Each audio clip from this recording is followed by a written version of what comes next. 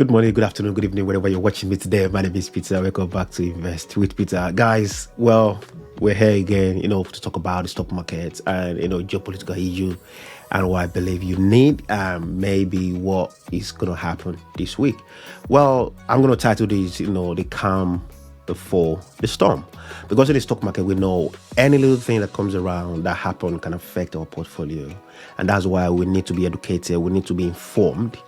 And I believe that's why you're watching this video today. And if you are enjoying this video or if you've been my returning subscriber, please put your comment down below. And if you're just seeing me for the first time, please put your comment down below, subscribe and click that bell sign. You can see it down there now. Click that bell sign. Thank you very much. And I appreciate what you're doing for me. So now let's talk about the stock market, right? The calm before the storm. That going to be 4 dates I'm going to be giving today, and I'm going to be giving a couple of stocks that I believe are going to do well today. I've not done this year.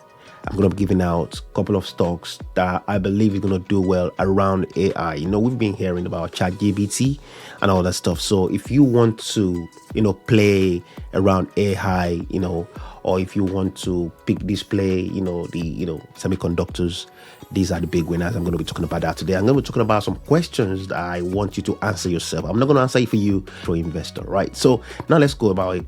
Now, Feds are saying they're not going to be cutting rate this year. And with that, people are thinking, well, we believe, we have probably managed to avoid recession. Just like United Kingdom said, they said UK believe they have managed to avoid the recession. Well, I don't believe that. So now let's talk about what Feds think. Feds think that the numbers that is coming out is not favorable and it's not aligning with what they believe is going to happen or what they are actually projecting, because the job numbers are not really what they want, and the payroll is not really giving them the numbers, because let's talk about it, man. Feds actually want people to lose their job. Feds want limited people in the labor market, because the more people get employed, the more money they're going to be spending, and it's not going to be correlating with the interest rate, that they're trying to project there. Inflation is still going to be booming, and it's going to destroy the market. So Feds are actually there to curb these job numbers, to curb this labor and all the stuff, just to control it. And that's why they're using the tools, which is increasing the interest rate. By increasing the interest rate, they're actually making it difficult for people to start buying what they can afford to buy. Well, at the moment, I always say this: do not buy what you can afford to buy at this point, because the interest rate is going up, and with that, it's going to be affecting a lot of people, and people are going to run into debt because they won't be checking the APR.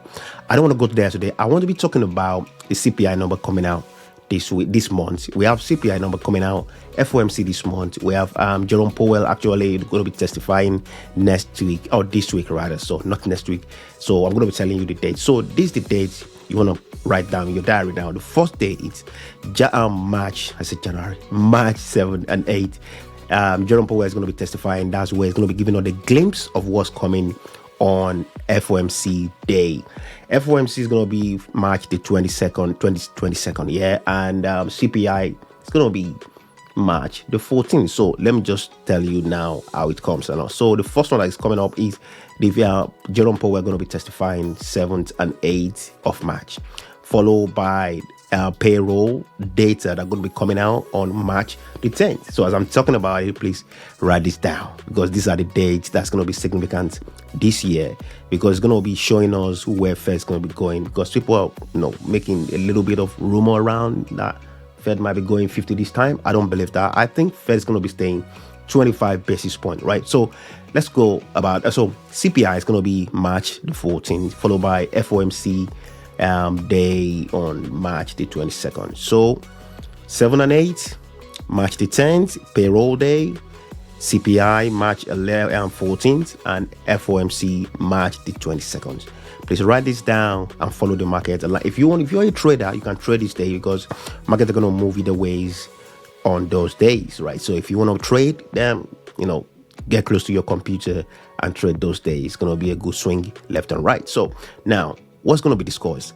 Now, when Jerome Powell come this week, he's going to be talking about, well, the data that is coming out, because they've said they are data driven. So maybe the data that is coming out is still aligning in what he believes. So it's going to be giving us a clue whether they're going to be going 25 basis point.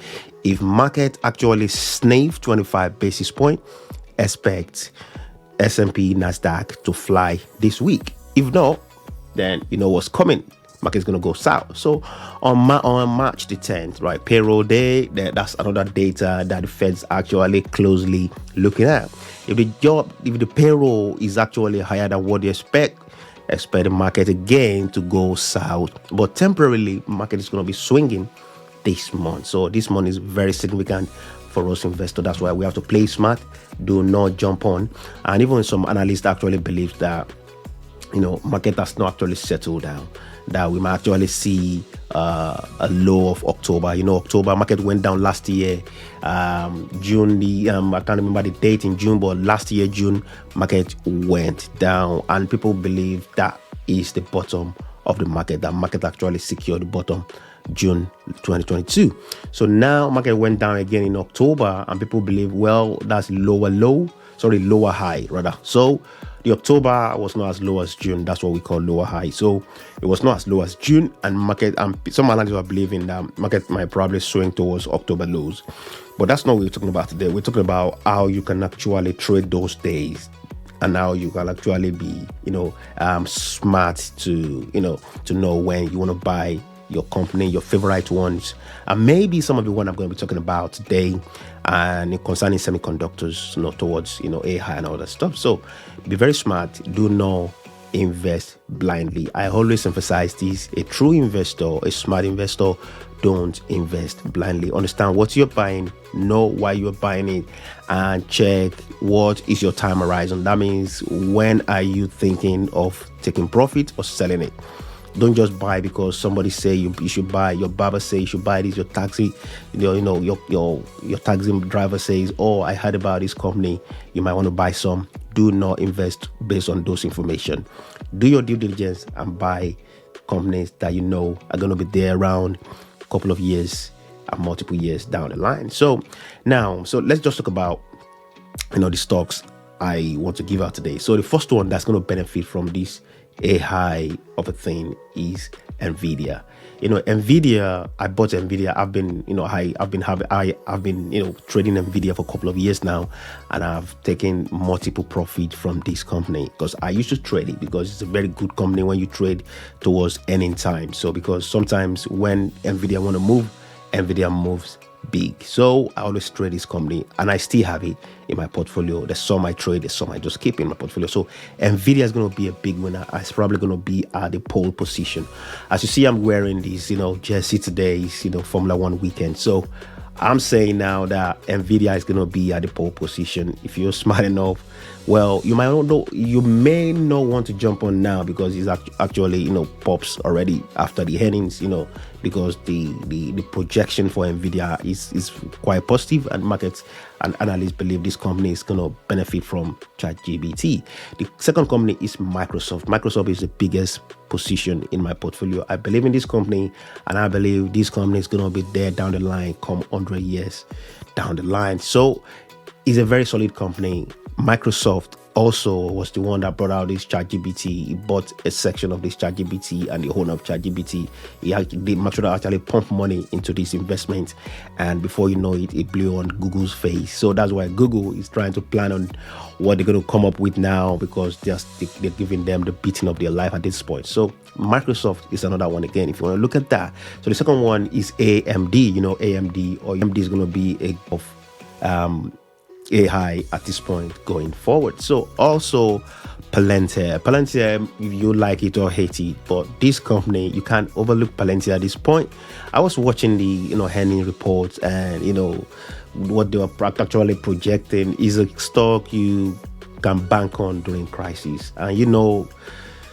And the issue of geopolitical issue in Europe is still ongoing. You want to be smart and look into this company. I'm not saying you should buy it, but I've had this company for like 2 years now. My position is red. I don't mind. It's a company I want to hold for 10, 20, 30 years in my portfolio. So, do you, I'll do mine. But it's a very good company. You want to make, you want to do your research around. So now let's talk about the questions that I told you about earlier on. So the question is, analysts believe market is overvalued at this point. Do you think so? Well, second one is, what if Feds go 50 basis point? What will you do if Fed goes 50 basis point? Well, I know what to do. Please, I'm not a financial advisor. I'm not going to give you any financial advice. Seek your financial advisor, please. I'm not saying you should buy, sell, or hold any company. Seek your financial advisor. Last question is, will Fed pause by June 2023? Well, the rumor is flying around that Feds are probably going to pause, rates by June 2022, but they are not going to be cutting rate. There's difference between pause and cutting rates, right? So get that clear. Investopedia is a very good place if you don't understand the terms I'm using on this video, because new ones might be thinking, what's this guy talking about? Please, Investopedia, go on Google, type in Investopedia, put all the terms I'm using in there, then you can understand the comprehensive language I am using at this point. So because I don't want to start all over again, start explaining, it's going to stretch the length of this video. I don't want to be doing 15-20 minute video, just short and sharp, straight to the point. That's what I like. So now let's talk about why I said it's going to be a calm before the storm. Well, market last week was cool, was up and down like that. Information is coming out. As information comes out rather, it either goes up or come down. But this month, everything is calm now. Market is up a little bit. Some analysts believe is overvalued at this point. It's not a time you start buying. You should calm down, cool down, keep some cash aside. There's still going to be turbulence going forward in this market. So that's why I said you want to be investing smartly, not blindly. So now let's talk about what I'm actually expecting this month rather. Well, job payroll is going to come on 10th of March. It might be good, it might be bad. No one knows. I don't have anything to check. I know if anybody is telling you it's going to be good, it's probably lying to you now. So come CPI. Last CPI was 6.4. If we manage to get 6.2 or 6.1, I believe market is going to be expecting 6.1, 6.2. But if we actually get 6.1 or 6.0, well, expect market to rally. And even when comes the Fed's meeting 22nd of March, Jerome Powell will say, well, data coming out is still positive, so they believe going forward it's going to be 25 basis points. I still believe it's 25, regardless of what anybody tells you. I believe it's 25 basis points now, 25 basis point next one. Then by June, Feds might be talking about cutting rate. Hopefully, geopolitical issue don't blow up in our face, and I believe everything's going to work out well for us. Thank you very much. My name is Peter. Subscribe to the channel, and I will see you on the next one. Bye for now.